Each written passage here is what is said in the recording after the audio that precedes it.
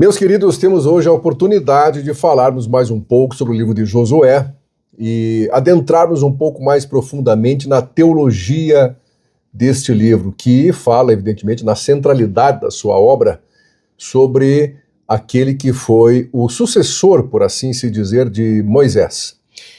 Nós começamos esse trajeto desta semana, da lição desta semana, falando sobre alguns aspectos que chamam a atenção de cristãos até hoje, de todas as religiões monoteístas. Falamos aqui, obviamente, de judaísmo, cristianismo e até do próprio Islã, porque há menção direta aqui a um local chamado Sitim, um português mais direto. Sitim era o local onde Israel estava efetivamente acampado, como vocês sabem, e a tradução direta do hebraico para o português Sitim significa campo das acácias. Acácia é uma árvore bastante comum na região até hoje, inclusive, não é? E é interessante que foi exatamente neste local, próximo, bem próximo ali da cidade de Bet-peor, esta sim bastante importante biblicamente falando, que mulheres pagãs de origem moabita e de origem midianita conduziram homens hebreus, infelizmente, ao pecado. E esta foi uma transgressão que nós começamos a estudar neste livro de Josué, que efetivamente ela foi especialmente ofensiva a Deus. E por quê, se todo pecado é ofensivo a Deus? Porque esse foi, de certa maneira, mais ofensivo ou potencialmente mais iníquo do que outros pecados. Porque nós não podemos efetivamente esquecer que foi neste exato local que Moisés proferiu o seu último discurso dirigido a Israel. E também foi neste local que o próprio Moisés foi sepultado. Basta que você pegue a sua Bíblia, ali em Deuteronômio, e verifique lá no capítulo 34 de Deuteronômio, que nós temos ali o relato da palavra de Deus dizendo exatamente isto. Deuteronômio 34, versículo 6, fala-nos o seguinte: E este o sepultou no vale na terra de Moabe, defronte de Bet-peor. E ninguém sabe até hoje o local da sua sepultura. Vocês sabem que, infelizmente, se soubessem exatamente o local do sepultamento de Moisés, sabemos que ele não está mais lá, mas se soubessem o local exato, a mesma coisa aconteceria com o local exato do batismo de Jesus dentro do curso do Rio Jordão e outros locais tantos. Haveria tamanha idolatria ao local que as pessoas acabariam esquecendo o que aconteceu no local e por que Deus usou pessoas naquele local, né? É interessante nós notarmos, né, que trajetoriamente, caminhando na história do livro de Josué, não por desconfiança alguma, evidentemente, mas obedecendo a uma ordem divina, ele enviou secretamente, ou seja, sem o conhecimento do povo de Israel, 2 espiões para que olhassem as condições da terra a ser retomada ou tomada por Deus, não é?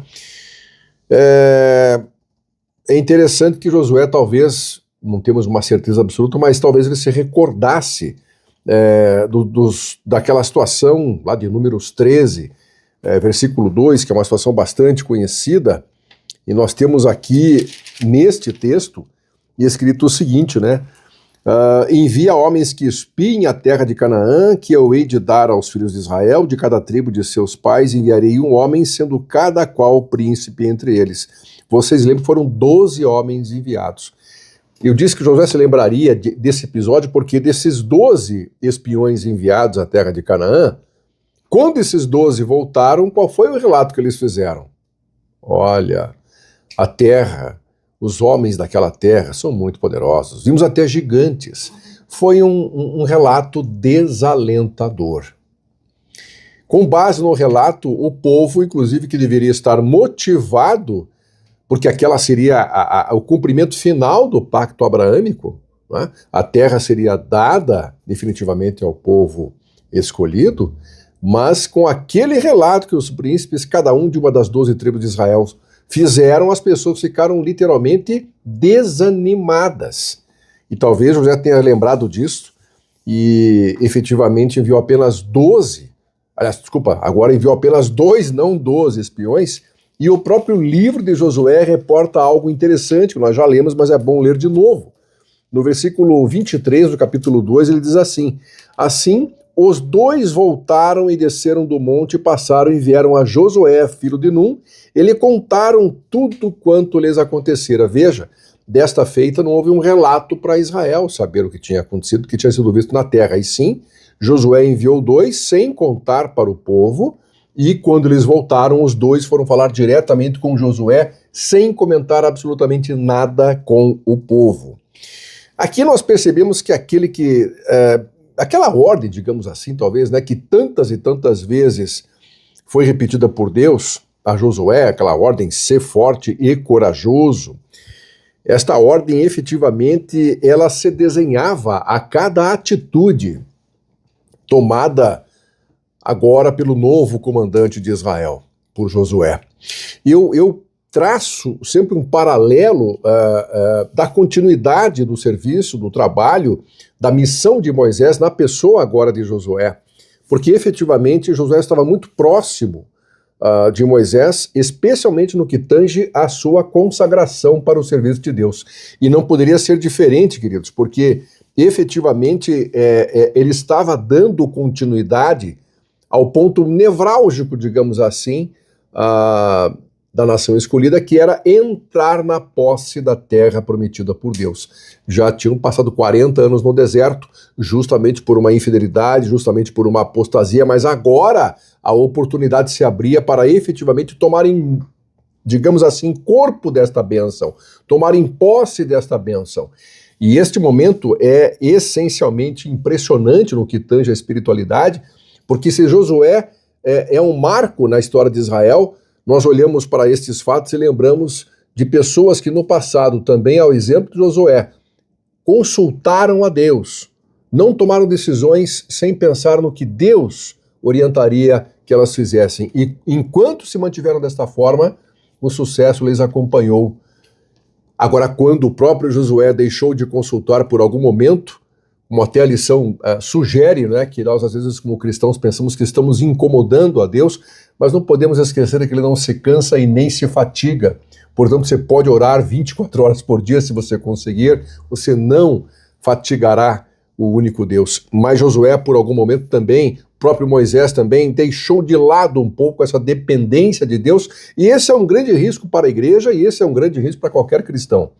À medida que se aproxima o dia da volta de Jesus, à medida que estamos chegando no final dos cumprimentos proféticos, dos marcadores de tempo que Deus deixou em sua palavra, para que nós reconheçamos a brevidade da volta de Jesus, esses marcadores de tempo nós chamamos de profecias, eles estão hoje clamando para todos nós que conhecemos, evidentemente, a sua palavra, que nós estamos muito próximos do desfecho final da história do pecado neste mundo. E estas histórias, começando pelo livro histórico de Josué, somente nos fortalece efetivamente a fé e nos fortalece a coragem e a força com a qual nós devemos contar para estarmos caminhando em direção a Deus.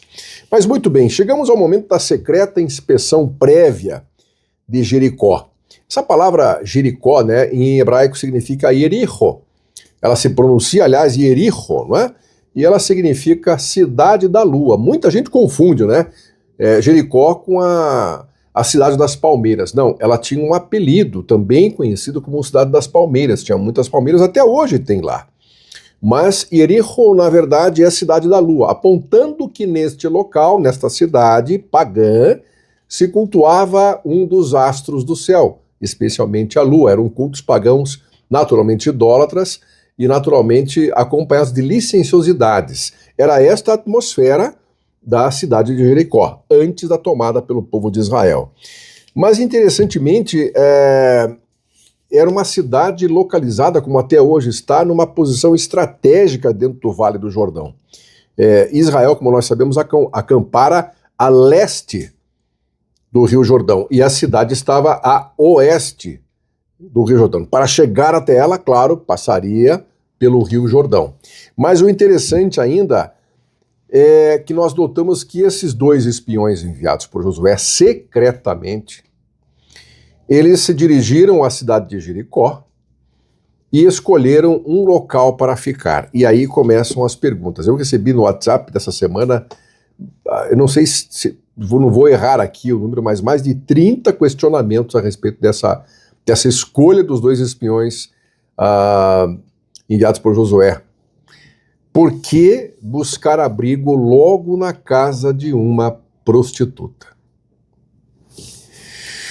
Bom, primeiramente nós temos que destacar aqui que muitos, não poucos, mas muitos teólogos, queridos, e até comentaristas judeus, eles buscaram sem sucesso nenhum ensinar que Raabe, na verdade, não seria uma prostituta. Que Raabe seria, na realidade, a proprietária de um local destinado a ser um prostíbulo. Mas nós temos algumas evidências que efetivamente espancam essa possibilidade, essa tentativa de se minorar a atividade de Raabe, e a principal evidência com a qual nós podemos contar é justamente, digamos assim, o próprio título, a palavra utilizada, a palavra hebraica utilizada para descrever a função laboral de Raabe. E a palavra no hebraico para definir a função laboral de Raabe era zoná.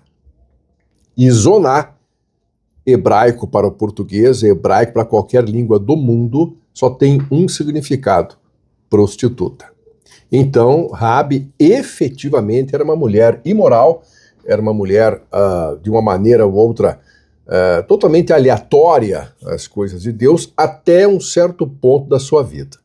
E aqui eu quero chamar a atenção de vocês, porque é interessante como a palavra zoná, ela acontece em quase todos os livros do Antigo Testamento, em especial quando designa também a nação idólatra, né? A nação que cai em apostasia.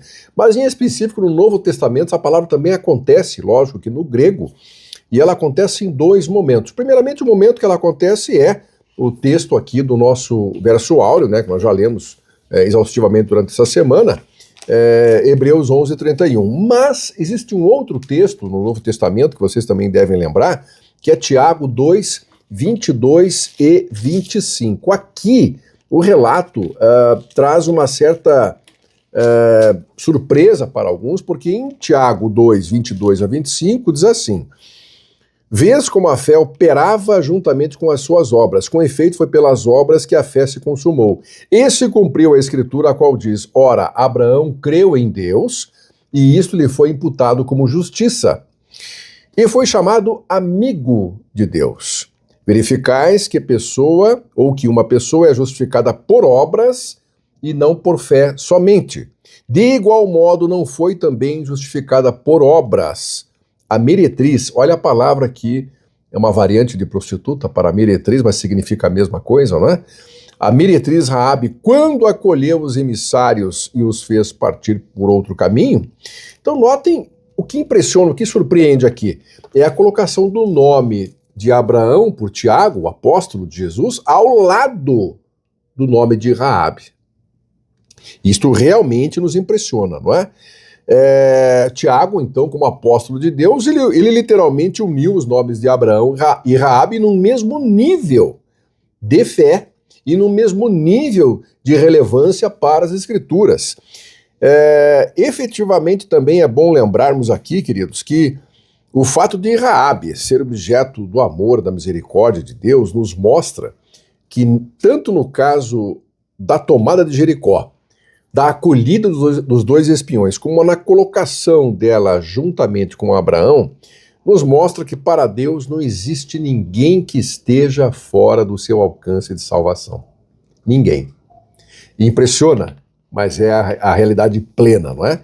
Não há ninguém que esteja tão longe que não possa receber um convite de Jesus para ser salvo.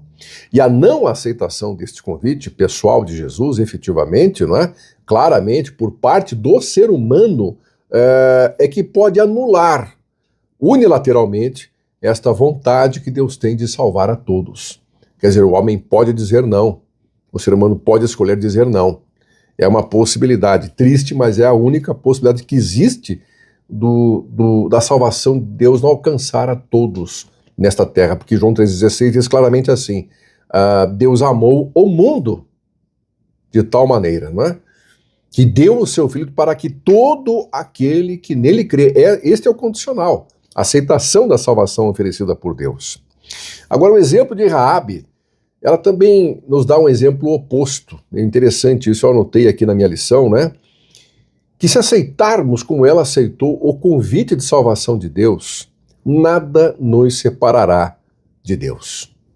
Se nós mantivermos a dependência dele, se nós mantivermos o relacionamento com ele, nada será capaz de quebrar esta junção que Deus realiza sobrenaturalmente. Mas a resposta que nós temos que dar aqui também, após esta questão salvífica, soteriológica, é por que os dois espiões foram escolher logo a casa de uma prostituta para começar o seu trabalho de sondagem na grande cidade, muralha, em volta da cidade de Jericó. Se nós pararmos um momento para pensarmos, existe alguma razão para que isso acontecesse, porque a escolha desse lugar, que era evidentemente um prostíbulo, né, era a casa de uma prostituta, a localização que eles fornecem, os arqueólogos desta casa de Raabe, seria justamente na parte externa do muro, na parte mais alta. Uma parte que, inclusive, seria bem fácil sondar a rotina da cidade, né? E sendo Raabe uma prostituta, a frequência de vários homens àquela casa não chamaria tanto a atenção, não despertaria tanto a atenção das pessoas quando eles chegassem lá, embora trajando roupas evidentemente diferentes, falando uma língua diferente e tendo, em alguns aspectos, um comportamento também diferente, né? Agora, esta é a primeira razão, evidentemente, né, para a escolha do local. Um detalhe muito importante, né, os espiões de Israel, obviamente, em momento algum, contrataram os serviços de Raabe como prostituta. E é bom deixar isso muito claro, porque o livro de Josué, no capítulo 2, menciona taxativamente isto, lá no versículo 2, versículo 8 e 9. Antes que os espias se deitassem, foi ela ter com eles ao eirado. Ele lhes disse, bem sei que o Senhor vos deu esta terra, e que o pavor que infundis caiu sobre nós, e que todos os moradores da terra estão desmaiados. Aqui ela começa a revelar que, embora estivesse em trevas, ela começara a ouvir que aquele povo que vinha em nome de Deus e estava recebendo a direção miraculosa de Deus, os acontecimentos estavam efetivamente chegando, não só pela travessia do Mar Vermelho, mas pela própria saída do cativeiro egípcio. Ela estava sabendo ali, recebendo justamente a diferença que existe entre Deus, o único verdadeiro Deus, e os ídolos pagãos, que não são nada, a não ser imagens mortas de coisas inexistentes. E eu anotei aqui na minha lição, queridos, que além disso se comprova uma segunda razão para a escolha desse local. A primeira falamos aqui, claro, né, não chamar a atenção quando chegassem, pelo menos inicialmente. Mas há aqui uma segunda razão, né? A luz e a misericórdia de Deus, queridos, revelara pelo Espírito Santo, evidentemente, a Raabe, a natureza da visita daqueles espiões. Ou seja, não eram clientes, eram homens diferenciados, eram homens diferentes. E, evidentemente, o Espírito Santo preparou o coração daquela mulher, então prostituta, naquele momento, né, para que ela tivesse uma segunda chance, efetivamente, de escolher os caminhos do Senhor. Quando eu tive esse pensamento e anotei isso na minha lição, eu não pude deixar de lembrar de alguém como o apóstolo Paulo. E lá em 1 Coríntios, se nós queremos efetivamente algumas menções paralelas a estes fatos, há um texto bem conhecido que eu acho importante nós até marcarmos, sublinharmos na Bíblia, que é 1 Coríntios 1, 27. Me refiro aqui ao texto que diz assim, pelo contrário, Deus escolheu as coisas loucas do mundo para envergonhar os sábios e escolheu as coisas fracas do mundo para envergonhar as fortes. Ou seja, apesar da dominância, digamos assim, pela petulância, pela arrogância das pessoas que vivem sem Deus, ou a atividade que elas exercem, evidentemente, não se diz que tem alguma dependência de Deus, esta mulher, ela acabou tendo, conquanto fosse a última pessoa, talvez em Jericó, que se pensasse em receber homens enviados por Josué, que por sua vez era enviado por Deus, ela teve a humildade, digamos assim, para ouvir, para comparar os fatos que ela estava vendo. Não teve, ela se libertou de ideias pré-concebidas, algo muito comum no mundo cristão de hoje. Nós temos pessoas que pensam, que imaginam situações, como nós brincamos até no sermão da semana passada, há pessoas que ligam um instrumento chamado achômetro, e aí realmente ficam achando isto, achando aquilo, e esquecem que efetivamente existe uma revelação de Deus que está em sua palavra. E assim sendo, meus amados, além de toda essa estrutura que nós vimos, havia uma terceira razão, efetivamente aqui na escolha deste local pelos espiões de Israel. As informações que esta moradora, pela grande rotatividade de pessoas na sua casa, em detrimento da sua profissão, as informações que ela poderia passar seriam extremamente úteis e providenciais, porque seriam transmitidas por alguém que estava acostumada extremamente à rotina justamente dos homens que eram a força constitutiva de defesa de Jericó. Então, meus amados, a partir deste ponto, a vida de Raabe começa a mudar, ela recebe os espiões de Deus, o de Josué em nome de Deus. A vida dela dá uma mudada a partir deste exato ponto, é quase como que virar uma chave.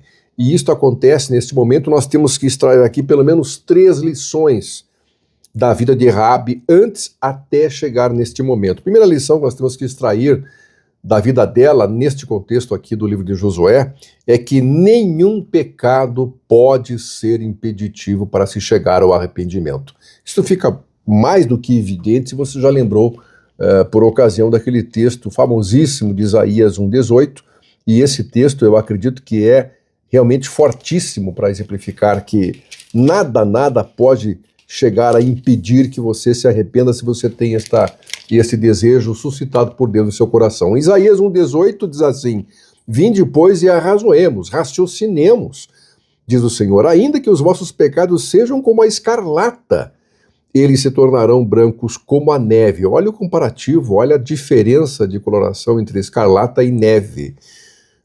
Ainda que sejam vermelhos como o carmesim, se tornarão brancos, alvos como a lã. E se quiserdes e me ouvirdes, comereis o melhor desta terra.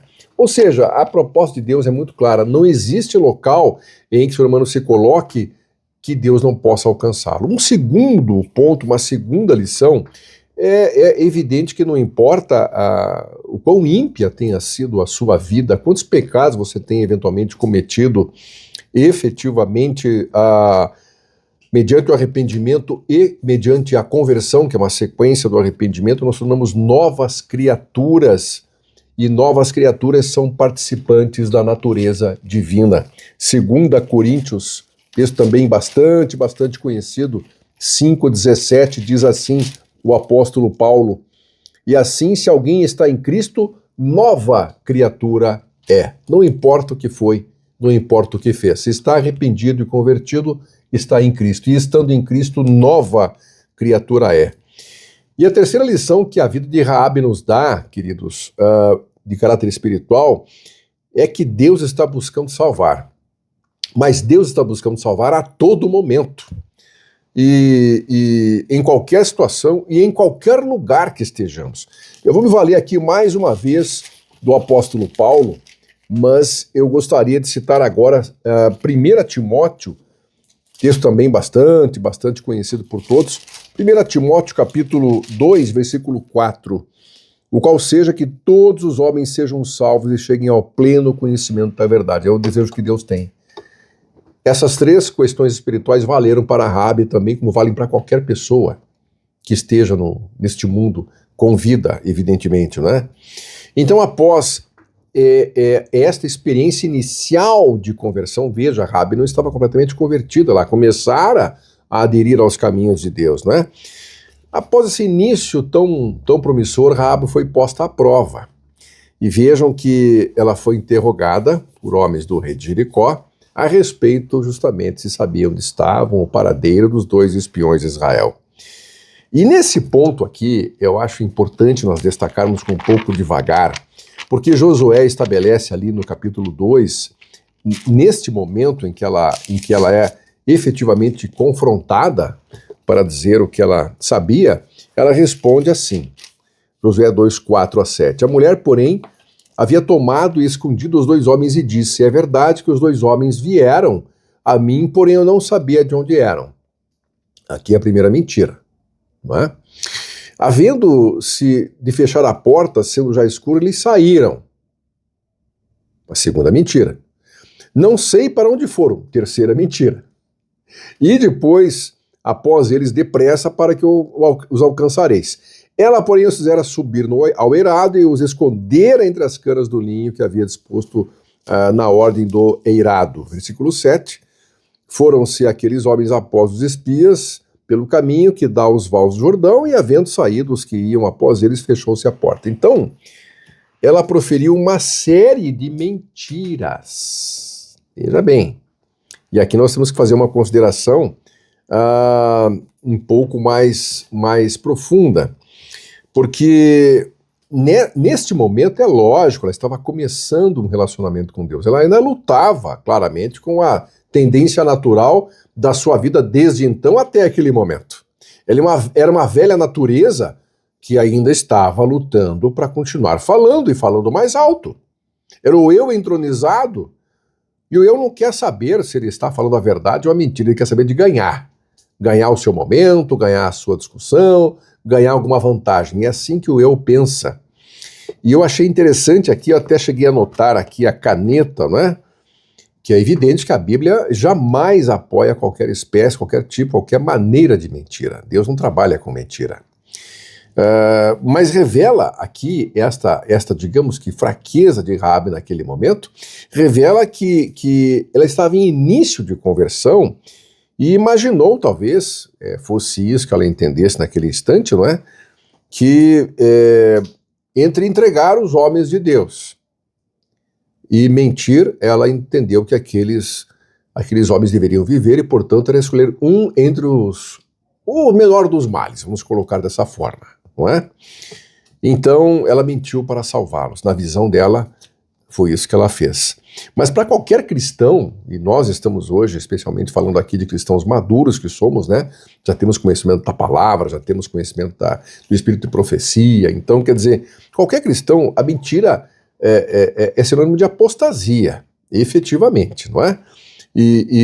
Porém, para alguém como Raabe, haveria talvez uma graduação, não que ela tivesse autorização para mentir jamais, isto não se considera, mas nós temos que ler aqui em Atos 17, texto também bastante conhecido, no versículo, vamos falar aqui do versículo 30, que diz aqui que Deus pensa da seguinte forma: ora, não levou Deus em conta os tempos da ignorância. Agora, porém, notifica aos homens que todos, em toda parte, se arrependam. Quer dizer, existe um momento em que se inicia uma caminhada com Deus e, claro, não se está isento de pecado até pela ignorância. Veja bem, esse foi o caso de Raabe, está bem claro isto aqui, não é? Ela entendeu que poderia, para salvar os espias ou os espiões, ela poderia pecar, mentindo, como ela fazia isso muitas e muitas vezes, né? Mas efetivamente era uma ignorância que ela tinha e logo ela mudaria. E mudaria grandemente. Quando as pessoas criticam essa parte do livro de Josué, elas dizem assim, mas ali tem uma mentira e parece que a Bíblia fechou os olhos para esta mentira. Na verdade, nós temos que olhar este episódio e este início de conversão de Raabe, trazendo palavras de Jesus. E eu quero citá-las aqui, que estão lá no livro de Lucas, no capítulo 5, e em 2 versículos 31 e 32. Vejam lá o que disse Jesus. Respondeu-lhes Jesus, os sãos não precisam de médico, e sim os doentes. Não vim chamar justos, e sim pecadores ao arrependimento. E Raabe era o quê? Mais uma pecadora que precisava, portanto, de arrependimento. Isto comprova que Deus aceita aquilo que é feito com sinceridade e com motivação honesta, ainda que contenha um fragmento de ignorância naquele instante, ainda que contenha uma fragilidade típica daquelas pessoas que estão começando a conhecer a verdade, que não sabem exatamente qual é o caminho ainda que Deus traçou para as suas vidas. Mas aí também se identifica um outro aspecto da pessoa de Raabe, que nós temos aqui uma palavra hebraica que a lição trouxe, que é a palavra Hesed, e essa palavra efetivamente significa bondade, não é?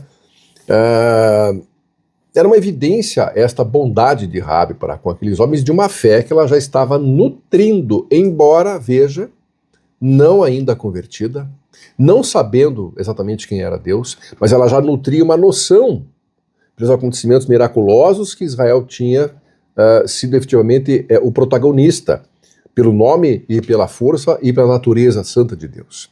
Ela já nutria ela tinha um desejo, porque ela vira o contraste entre os deuses pagãos e ela agora observava o Deus verdadeiro agindo em favor de um povo, e esse povo era o povo de Israel. É interessante aqui também nós notarmos que foi graças às orientações que esta mulher, que estava começando a se converter, passou para os espiões, que eles retornaram a Josué, não como os 12 espias a Moisés, mas eles retornaram com uma mensagem extremamente encorajadora, uma mensagem alentadora. Ademais, Raabe se tornou também alguém de uma importância muito grande na Bíblia. E aí as pessoas também ficam surpresas. Por que eu estou dizendo isso? Se você olhar o livro de Mateus, já que olhamos Lucas, né? Temos aqui em Mateus, primeiro capítulo de Mateus, versículo 5, diz assim: Salmão gerou de Raabe, prestem atenção, hein? A Boaz. Quem era Boaz? Era o esposo de Rute. Lembram-se? A Boaz, este de Rute gerou a Obed, e Obed a Jessé, e Jessé gerou ao rei Davi. Então, na verdade, Boaz se casou com Rute e ele acabou sendo bisavô do rei Davi. Percebem? Mas notem que bisavô do rei Davi era filho de Raabe. Boaz era filho de Raabe. Vocês notam que a misericórdia e o amor de Deus são incomensuráveis, porque daquele ponto, que é o ponto, digamos assim, é o fim da linha que uma pessoa pode chegar em perda de autoestima, em perda de respeito próprio, em perda da honra, em perda de qualquer que seja o sentimento que lhe acoberte a existência de uma forma digna.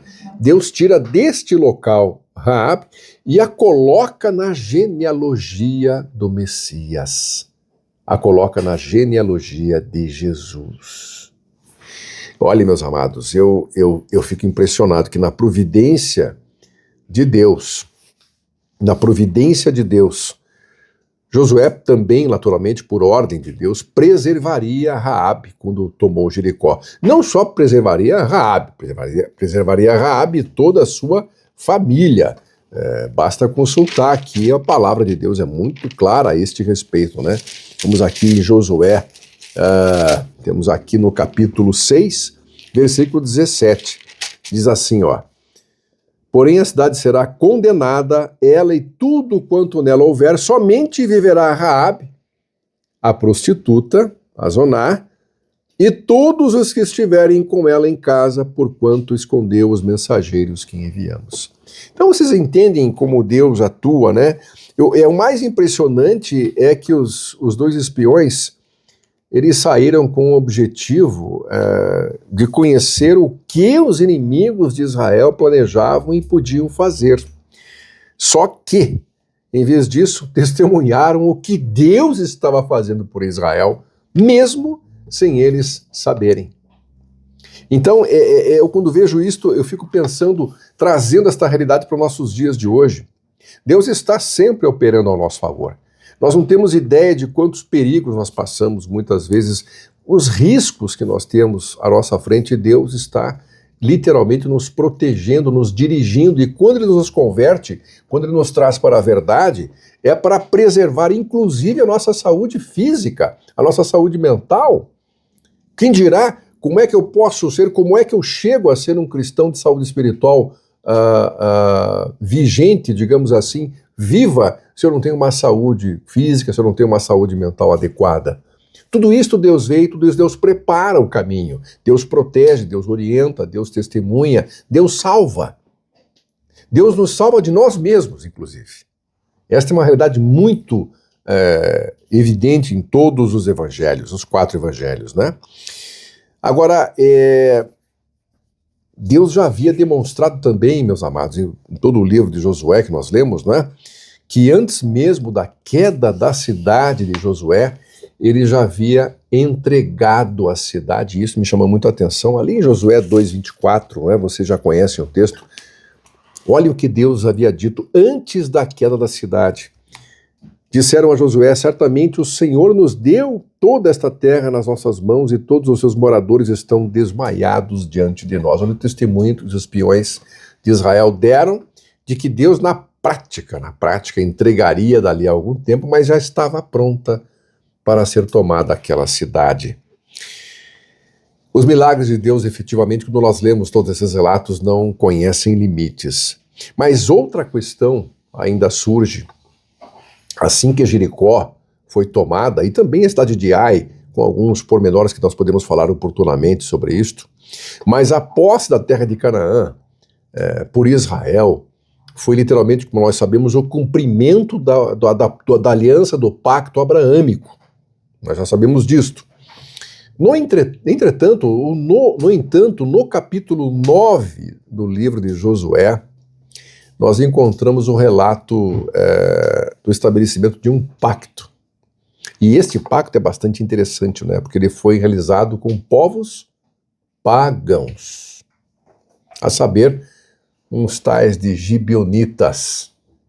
Estes aqui, por meio do engano, estabeleceram uma forma de ficar na terra de Canaã, na terra prometida, sem que fossem destruídos por Israel e sem entrar em guerra tampouco com Israel, porque eles tinham realmente temor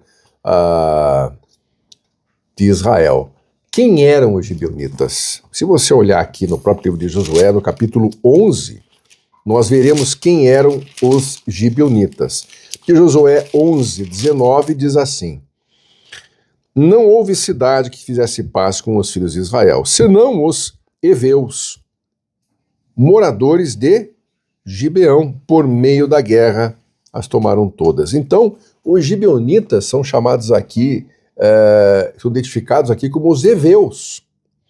E é interessante que quando eles estavam entre as nações que deveriam ser expulsas da terra prometida. E isso nós podemos ver ali.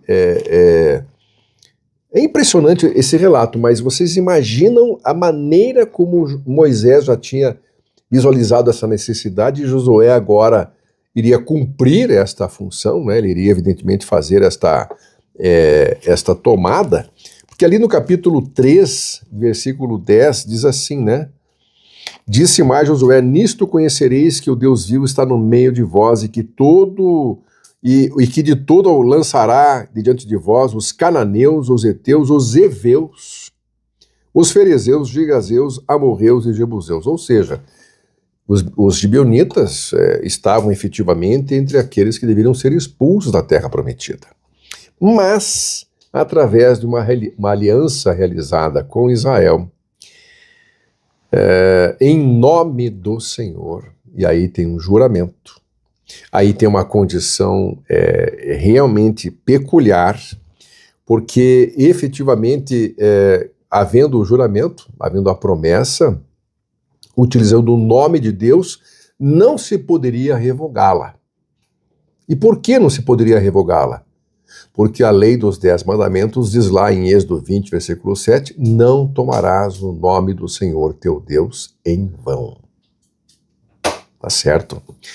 Qualquer tentativa, portanto, de revogar esta aliança, mesmo que feita com dolo, com engano por parte dos gibeonitas, qualquer tentativa de revogar este pacto, por assim se dizer, despertaria a ira divina. Eu só cito aqui porque está fácil de ver, Josué 9, versículo 20, relata assim a palavra de Deus: isto, porém, lhes faremos, conservar-lhes-emos a vida para que não haja grande ira sobre nós por causa do juramento que já lhes fizemos. Então aqui, vocês veem que Josué estava ciente de que uma vez utilizado o nome do Senhor para fazer um pacto, para fazer uma aliança, havia, portanto, uma condição de perenidade naquele pacto.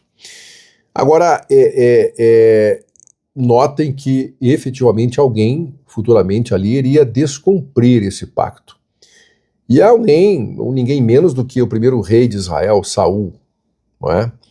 Quando isto acontece, vocês notam que a ira de Deus não se manifestou contra Saul, porque Saul já não existia mais, mas se manifestou contra os filhos de Saul. E aí fica muito claro, né? Em 2 Samuel, é interessante olhar isso, um dado a mais, né, que nós temos aqui de informação. 2 Samuel, capítulo 21, notem como é interessante isto. 2 Samuel 21, versículo 9, nós temos aqui escrito o seguinte, né? E os entregou nas mãos dos gibeonitas, os quais os enforcaram no monte perante o Senhor. Caíram os 7 juntamente, foram mortos nos dias da ceifa, nos primeiros dias, no princípio da ceifa da cevada. Isto acontece efetivamente porque Davi havia perguntado qual seria o desejo dos gibeonitas, e ele entregou todos os filhos de Saul, à exceção de Mefibosete.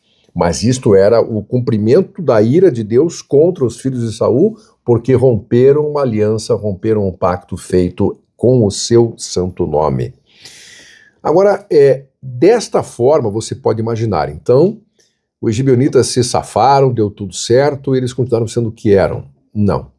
Deus pode e tem poder para transformar qualquer maldição em bênção. E foi exatamente isto que nós vemos aqui, foi isto que aconteceu neste caso. Eu tenho aqui o relato, vocês também já leram, seguramente, Josué 9, né, que é o centro da entrega da Terra Prometida ao povo de Israel, mas há um versículo atrás do outro aqui bastante relevante nesse aspecto, né? Porque ele diz assim, estou lendo aqui 9 de Josué, versículos 22 a 27, chamou-os Josué e disse-lhes, por que nos enganastes, dizendo, habitamos muito longe de vós, sendo que viveis em nosso meio? Ou seja, 3 dias depois daquela aliança formalizada, descobriu que eles estavam bem do lado do povo de Israel, do acampamento de Israel, não é? Agora, pois, sois malditos, e dentre vós nunca deixará de haver escravos. Olha o que disse Josué. Prestem bem atenção no que ele disse aqui. Rachadores de lenha e tiradores de água para a casa do meu Deus. Seguindo, então responderam a Josué, é que se anunciou aos teus servos, como certo que o Senhor teu Deus ordenara a seu servo Moisés, que vos desse toda esta terra e destruísse todos os moradores dela diante de vós. Eles sabiam da ordem dada a Moisés. Vejam bem. Por isso tememos muito por nossa vida por causa de vós e fizemos assim. Versículo 25. Eis que estamos na tua mão, trata-nos segundo te parecer bom e reto. Assim lhes fez e livrou-os das mãos dos filhos de Israel e não os mataram. Aos gibeonitas isto, né? Versículo 27. Naquele dia Josué fez rachadores de lenha e tiradores de água para a congregação e para o altar do Senhor, até o dia de hoje, o dia da escritura do livro, evidentemente, no lugar que Deus escolhesse. Então, a princípio, a designação de tarefas, digamos assim, humildes aos gibeonitas foi uma punição que eles receberam por terem enganado a Israel. Então, era uma escravidão perpétua enquanto existisse o povo. E isto, de fato, a escravidão não pode ser uma bênção, a escravidão é uma maldição, efetivamente. E eu disse no começo aqui dessa nossa preleção que Deus pode transformar qualquer maldição em bênção. Agora vejam como Deus fez isto. O trabalho deles deveria ser exercido rachando lenha, tirando água e tal. Para que finalidade? Exclusivamente para a casa de Deus. Só que ao realizarem esta obra seguidamente, ano após ano, queridos, muitos aprenderam a respeito do único e verdadeiro Deus. E através deste aprendizado, desta influência, os gibeonitas, pouco a pouco, foram abandonando completamente a idolatria que eles tanto praticavam. E aí, nota-se aqui, eu tenho alguns textos que eu anotei na minha Bíblia aqui, há teólogos e arqueólogos que inclusive vão um pouco mais longe em relação aos gibeonitas E dizem que alguns destes homens se tornaram inclusive servidores no templo de Jerusalém. Vocês sabem, no tempo de Jesus nós podemos falar que os levitas dominavam o templo de Jerusalém porque estava o templo na mão dos saduceus, que não eram levitas, não é? Mas aqui tem dois textos que são utilizados por esses teólogos, não é? E eu até acho interessante nós olharmos, porque afinal de contas é uma informação a mais que nós temos. A primeira delas no livro de Esdras, capítulo 2 e versículo 70. Esdras 2, 70 diz assim: os sacerdotes, os levitas, notem lá, e alguns do povo, tanto os cantores como os porteiros e os servidores do templo, habitaram nas suas cidades, como também em todo Israel. Muitos teólogos, muitos escritores cristãos, comentaristas mencionam que estes servidores do templo eram gibeonitas, né? Existe um outro texto ainda em seguida aqui no livro de Neemias, que eles também utilizam para tentar fundamentar esta tese, e aqui Neemias 7,60. Todos os servidores do templo e os filhos dos servos de Salomão, 392, mais uma vez citando os servidores do templo. Então você nota que Deus tem poder efetivamente ilimitado. Deus não conhece limites e seu poder para salvar também não. Desde que haja uma correspondência, Deus salvará onde quer que você esteja, fazendo você o que fez ou deixou de fazer, sendo você quem for. Deus tem o poder para alcançar, Deus tem o poder para salvar. Basta querer ser salvo e Deus fará a obra em nossos corações. Deus nos abençoe e continue nos orientando neste livro de Josué a conhecermos cada vez mais os caminhos impossíveis pelos quais Deus opera para resgatar, para converter e para salvar.